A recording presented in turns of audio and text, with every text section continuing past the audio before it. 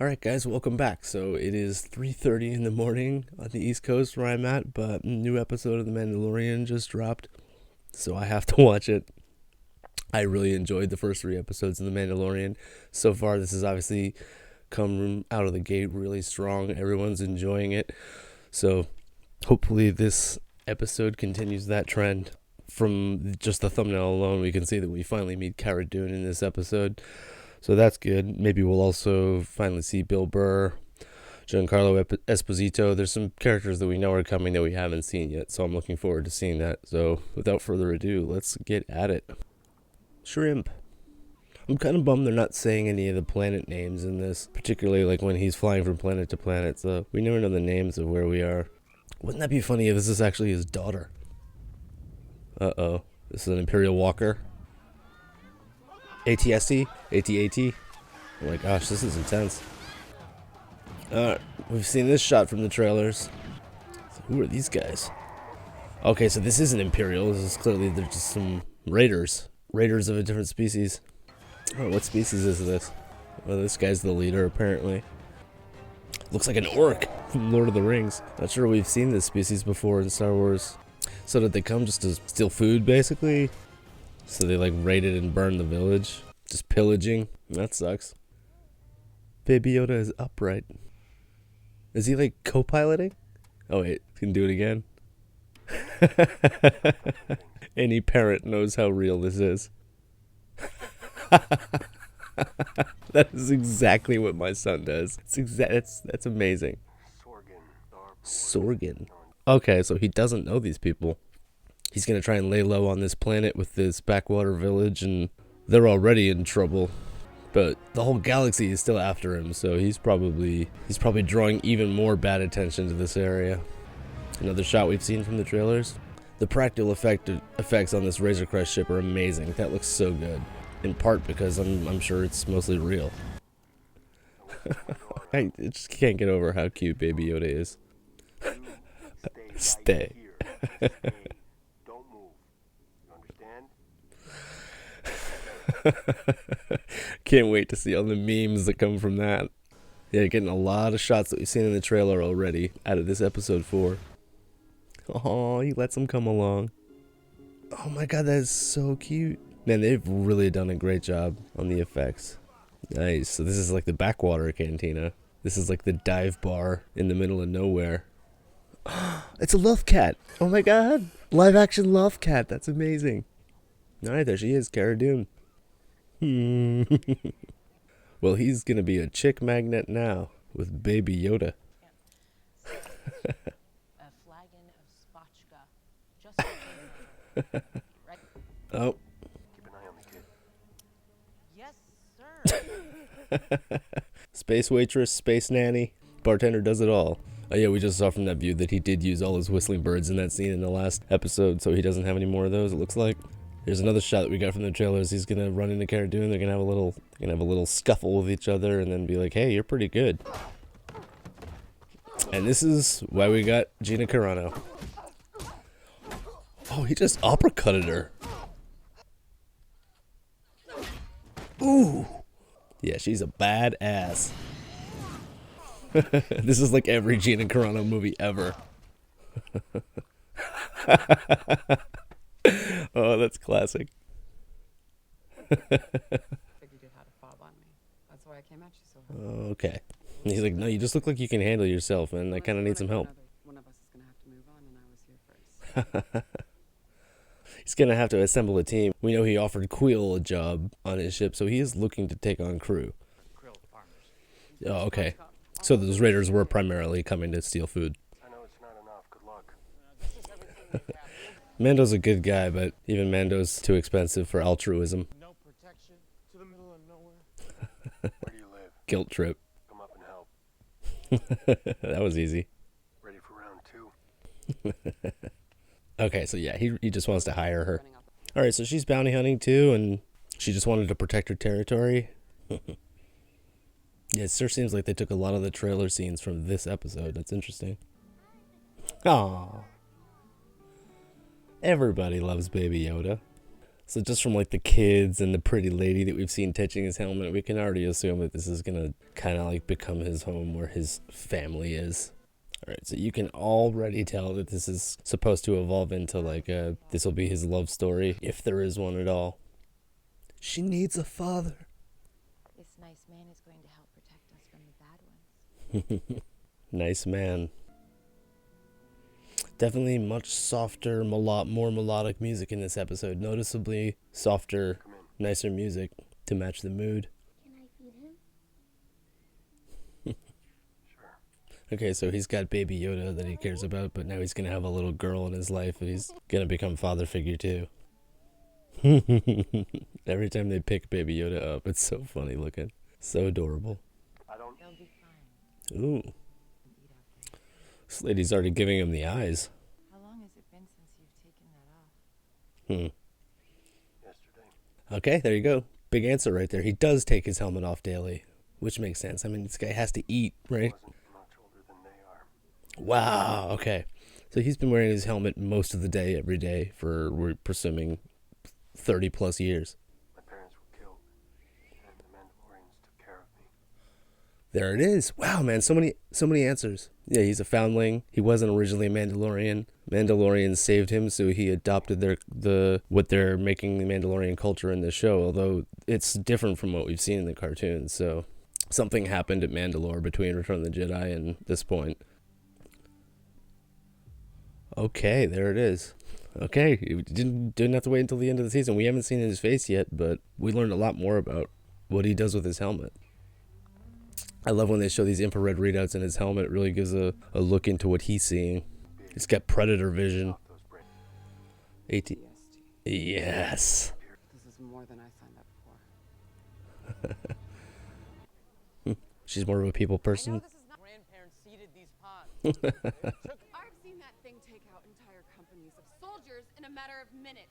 I've seen an entire village of teddy bears take out like 6 of those, so just saying. She's ex-military, so she has some of the strategic experience, and they're teaching all the villagers, including the children, how to defend themselves. Who knows how to shoot? Just her. Nice. So he gives her the big gun. Well, they have really time to train these people from the ground up. Oh, they're already getting better. He's just looking at her like, yeah, mama. He's like, you can take my helmet off. Drinking some of that glowy water. Get them when they're all drunk. They just have like vats of whatever they're drinking. He just doesn't hesitate to blow everything up. She just smiles. She looks like she likes fighting. Oh, this scene is really dark. I wish it had more contrast. She's just drowning the guy. He did say he pays handsomely, so he must be making it worth it for her. ATST. You know, I wonder who's driving it. It may not even be Imperials. It's the first time seeing an ATST at night with the lights on. Oh, little baby Yoda's cuddled up with the kids. Again, we're continuing to see shots we've seen in promotional material and trailers. This is great. I mean, like, this almost feels like, you know, a live action version of like a Clone Wars episode, having to like defend a backwater village. Nope. And it stopped. Now this feels like Terminator right now, like Skynet, human beings hiding from robots. Yeah, so for the ATST to be fighting with these raiders, I can't imagine it's Imperials operating it. Maybe they just stole an ATST? Is he gonna disintegrate some of them? Yes. Yes! Give me the pulse rifle. Cara Dune, she's a badass, she knows what she's doing. So we did see him shooting at the Jawa crawler with his pulse rifle unsuccessfully. I'm wondering if that weapon is actually good for taking down large machinery. Oof. I know it's nighttime, it's definitely dark though. I'm missing a lot of the detail in some of these sequences. Uh-oh. Nice. Does it blow up too? Nice. The plan worked. Nice. Nice, so the raiders retreating? Good stuff. Now these people are equipped to defend themselves. Yeah, we're kind of getting what we expected out of Gina Carano. It's not like the best acting, but, you know, she's a physical actor. She's there to kick ass, and she's already doing it. He loves frogs.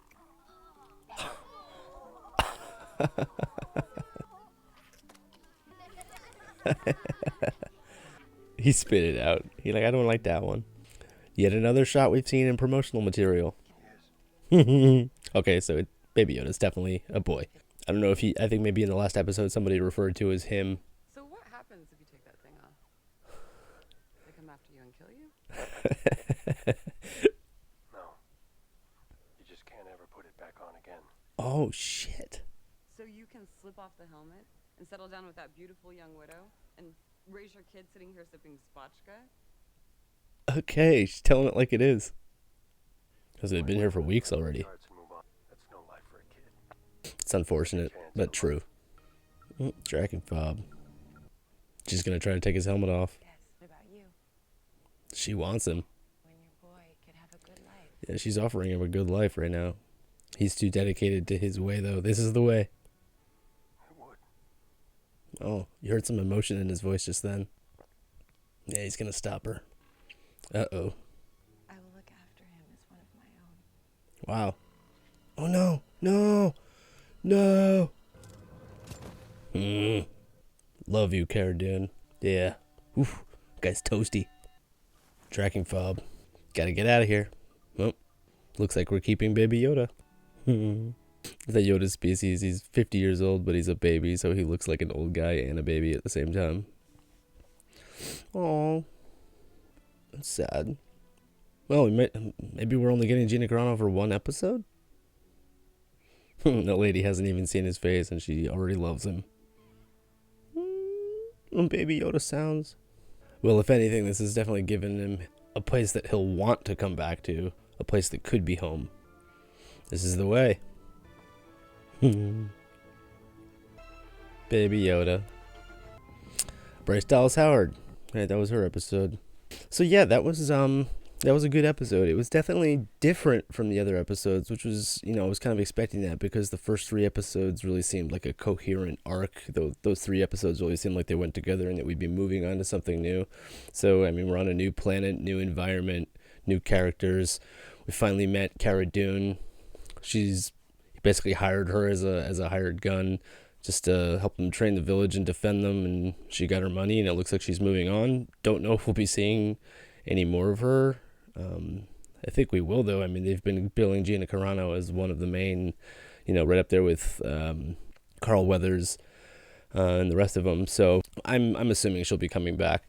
They also really revealed a lot about the helmet situation. I wasn't expecting to kind of get this much information in this episode, but he said that he's basically been wearing his helmet every day since he was a kid. He does take it off on a daily basis. Like I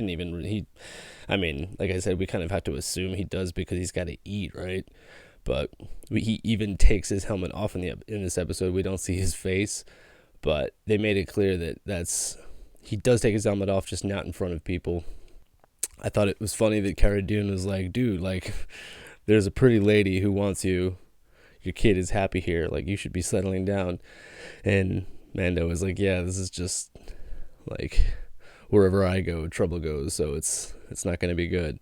But in the end, it seemed like the bounty hunters know Baby Yoda is there. So he's got no choice but to take Baby Yoda, pack up, and leave. They did really kind of make a point to suggest that this is going to be somewhere he's going to want to return to. Like, he may have even, secretly have already developed his own feelings for that lady. Like I said, there was they showed a little bit of emotion in his voice when he kind of like reluctantly admitted that he can't stay. So they made it clear that he actually does kind of want to stay. He just knows that he can't, which is cool. I mean, we're going to start a whole new story arc here, and it continues to be sort of like, it can go anywhere. Another thing that I noticed was the AT-ST. They never showed who was piloting it. They kind of just implied that it was an Imperial Walker, but it was fighting on behalf of those raiders. So it seems more like that was just sort of a commandeered AT-ST that those raiders were using to pillage this village. I forget the name of this planet. They called it like Sorgan or something. Sorgan? I'll have to double check and look back, but this is like the first planet where they've actually said the name of the planet before going there. I know I do. I don't know about you guys, but I like knowing the names of the planets.